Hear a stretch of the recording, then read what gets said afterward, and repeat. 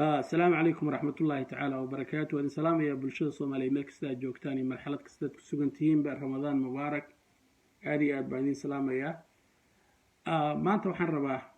الرمم مبادئة واللي اسكوها هي وندحي محمد عبد الله فرماجو iyo beesha uu ka dhashay iyo beesha anigu aan ka dhashay oo kala ah beesha reer diini iyo beesha weerdhaceed inaan ummadda Soomaaliyeed maanta u dooxo sababtuna waxa weeye waxa muuqanaysa inay taagan tahay in ummadda Soomaaliyeed waxa la isku hayo ee mabaadiida la isku sheego marka koobaad waxaan isleeyahay waa mas'uuliyadna wada saaran in aynu bogaadino haddii ummad Soomaaliyeed ay heshiiso sidaas daraadeed waxaynu bogaadinaynaa cid kasta oo Soomaaliyeed oo iyadoo isdagaali kartay heshiisay shirka ka dhacay Nairobi waxaynu ka aaminsanahay inay tahay bilow wanaagsan mudan tahayna in qalbi wanaagsan lagu soo dhaweeyo annagoo og inuusan dhammaanin laakiinse bilow yahay midda labaad waxaynu aaminsanahay ummadda Soomaaliyeed inay soo aragtay khilaaf iyo dagaal waxa uu dhaliyo sidaas daraadeed marxaladda maanta la joogo ay u baahan tahay in aan khilaaf iyo dagaal dawladnimo loo qaadan iyo horumar laakiinse loo qaato dib u dhac iyo fashil su'aasha u baahan inaynu isweydiino waxa weeye maxaynu isku haysanaa oo mabaadi ah waxa ugu badan ee aynu isku haysanahay wax kala ma waa ummadda Soomaaliyeed sidii loo macaamili lahaa waxaynu aaminsanahay beelahan ummadda Soomaaliyeed marxaladii aanu soo marnay marxaladda maanta la joogo iyo halka aynu u socono markaad qiimeysid in aysan xoog ku lahayn laakiinse ay tahay in nabad iyo walaaltinimo wax lagu raayo waxaan sidoo kale aaminsanahay in marxaladda la joogo aan dib looga noqonin laakiinse hore loo socdo maxaan ka wadaa waxaan isleeyahay in qofi uu yiraahdo 1978 1998 1980 1990 ayaynu dib u noqonaynaa oo ummadii markaas xilligii kacaankii jiray ka hor timid ayaynu maanta qaran dumis iyo kacaandiid u bixinaynaa waxaynu u arkaynaa inaysan ahayn wax ummadda Soomaaliyeed iyo dawladda Soomaaliyeed aysan ku shaqayn karin sidaas daraadeed waxa la isku hayahay waa mabaadi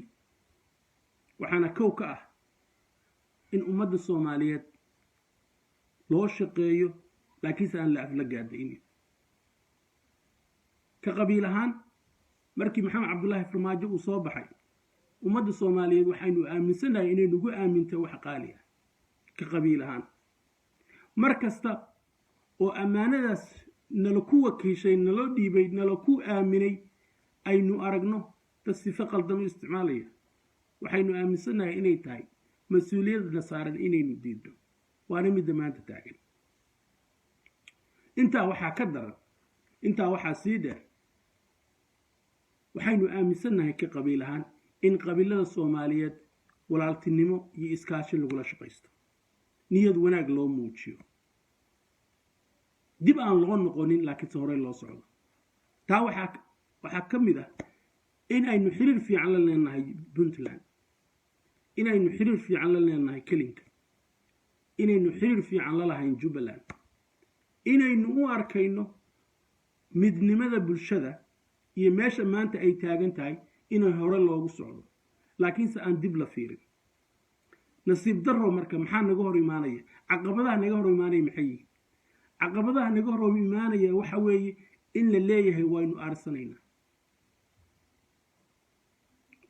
markii aynu maqalno waynu aarsanaynaa iyo hebel waa qaran dumis iyo heran waa qaran dumis iyo hebel saasaa ku dhacaysa iyo hebel cirka laga soo tuuraya aanan ognahay inaysan awoodi jirin waa mas'uuliyadna saaran inaynu diidno waxaan ummadda Soomaaliyeed u sheegaynaa maantana oo cadaynaynaa cid cadow noo ah ma jirto cid annagu aynu cadow u nahayna ma jirto waxaan aaminsanahay ummadda Soomaaliyeed wanaag baa naga dhaxeeya wanaagaas iyo walaaltinimadaas ayaynu aaminsannahay inaynu horumar ku gaarayno laakiinse horumar shalay lagu gaaray ma jirin mid maanta lagu gaarayana ma jirto waxa la yiraahdo kacaan diid waxyaalaha runtii la isku haysto waa intaas ishaysiskaas baa waxay keentay in awooddii dawliga maxamed cabdullaahi farmaajo uu isticmaalo si maxay uu u yiraahdo waa qaldantihiin waxaan aaminsanahay cirka hadduu maxamed cabdullaahi farmaajo soo toli karaa soo tolo laakiinse inaynu ummadda soomaaliyeed kula dhaqanno qalbi wanaag iyo soomaalinimo nacayb la-aan waa mid naga goor sababtan waxaa weeye beddelkeed wax ku jiro oo horumaraa ma jiraan waxaad maanta arkaysaan in galmudug maxamed cabdullaahi farmaajo uu saameyn ku yeelanayo si mindhaasuu isagu is leeyahay loogu ciqaabo dadkan fallaagada ah ee diiday in majarteen cadow laga dhigto in ogaadeen cadow laga dhigto in habargidan cadow laga dhigto anuu garan maayo runtii cidda la xukumaya haddii ummadda cadow laga dhigto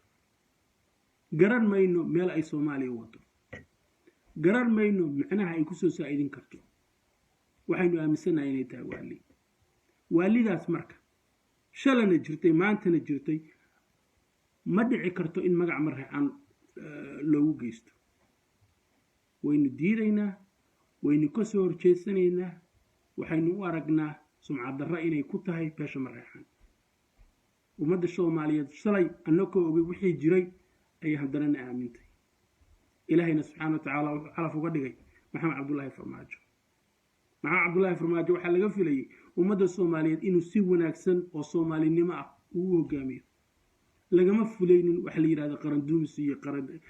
qaran jacayl horu socod iyo dib socod kamaanan filaynin cid kasta marka oo buugga kala soo baxda waxaynu shalay ku fashilanay ummadda soomaaliyeed ku fashilantay 30 sano dawlad la'aana la dhigtay maanta annagoo magac marreexaana wadana inaynu inta indhahaas ku qabsano aynu ayadii sii qabsanahay macquul ma waxa macquulka waxa weeye inaynu runta isku sheegno ummadda soomaaliyeed waana karaamaysay waxayna nooga baahan tahay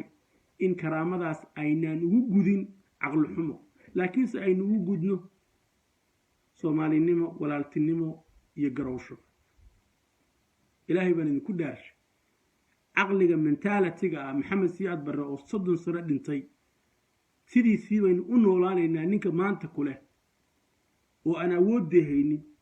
oo aan cududda haynin xagee buu na geen karaa